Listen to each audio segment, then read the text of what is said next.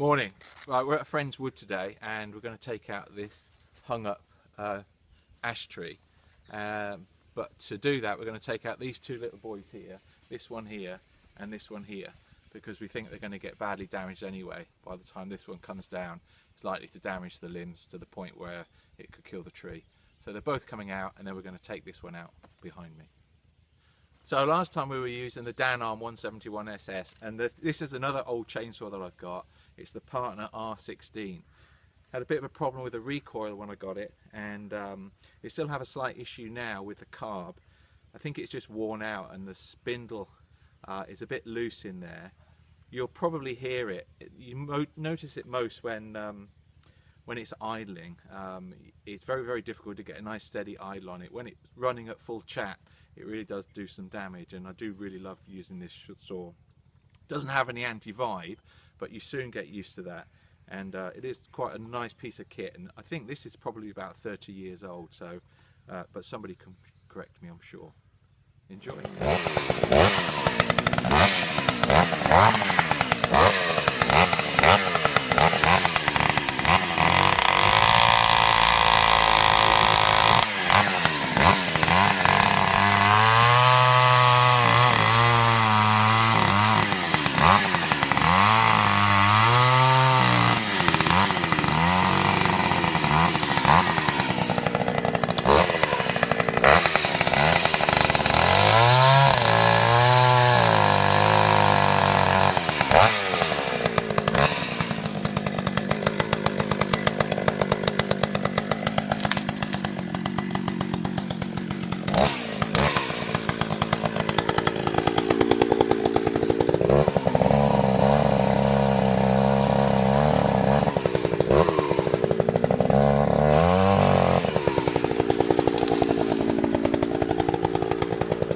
So we've taken out this small oak here and cleared that. We've taken the limb off this other oak here, or ash. What is it, Paul? It's small oak. We've taken the limb off this, edit it. Yeah. We've taken the limb off this small oak. And we're going to bring down now this other ash tree over here.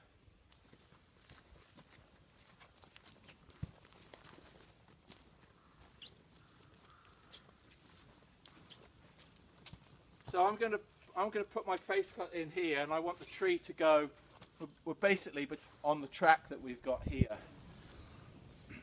That tiny little dog-leg tree, that's what I'm going to aim for, so that it'll hopefully miss this small oak and then just skim the rhododendron to the left there.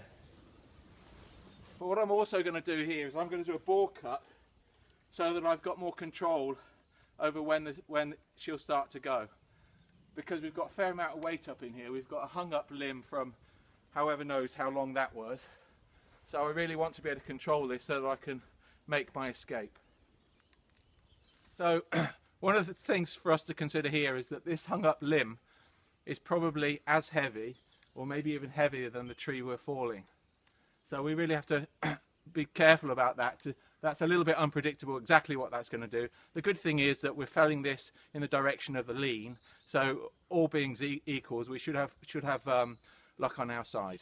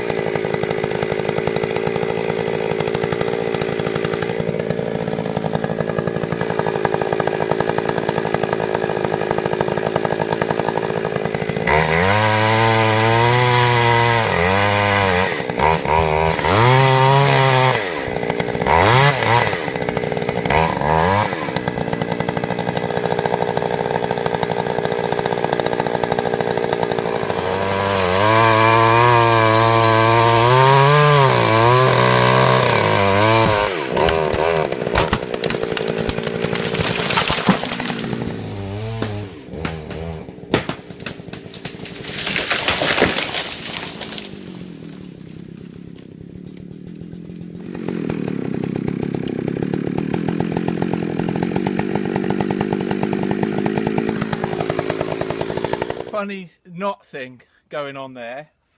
I think that's why it pinched the saw, and you could see it's better for me to leave the saw behind than hold on to my saw as something hits me. I could buy a new saw, can't buy a new head. Another little saw that I like to use is this Sax Dolmar. I think he's from, I'm going to say probably the 1980s. It's got a small bar on there. I think it's about 14 inch, something like that.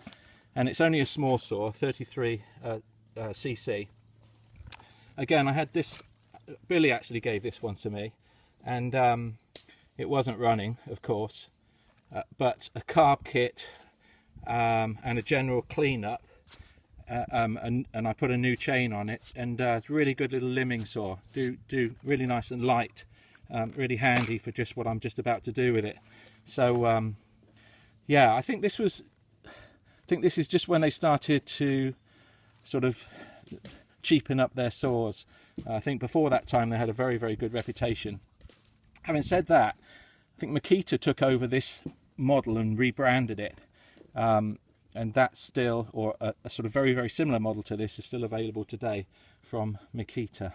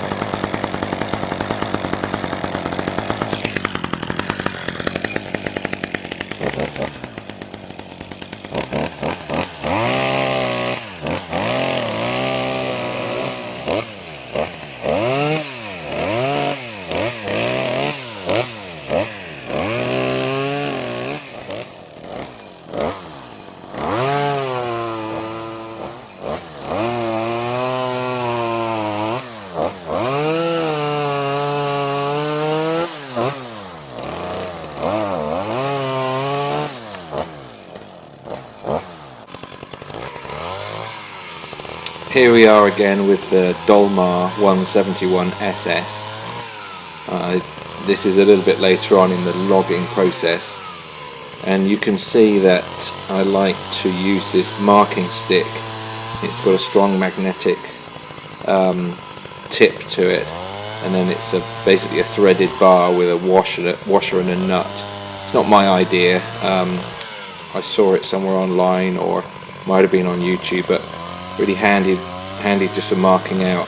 I'm fairly anal about the lengths of my logs. I like to get a full log in the stove, and that works out at about 15 inches. Yeah, this is me using that, and it's handy, and it just clips on and clips off the side of the bar.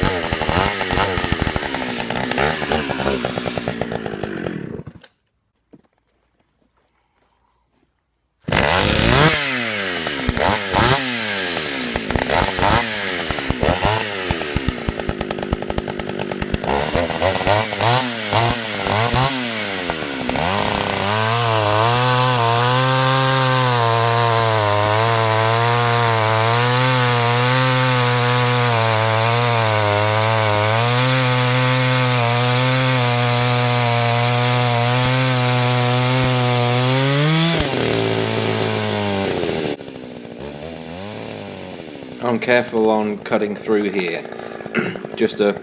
I cut a little bit too far last week and hit a flint, and then spent the next 15 minutes sharpening my chain. So on this flinty ground, it's just worthwhile taking your time. That's me there, just marking up my lengths. It's really funny when you're cutting much thicker timber, how you can so easily get the lengths wrong. I tend to overcut the lengths, and it's really annoying when you're trying to get it in the stove and it just won't quite fit. So that's my little marking bar, and the saw's performing pretty nicely here, as you can see.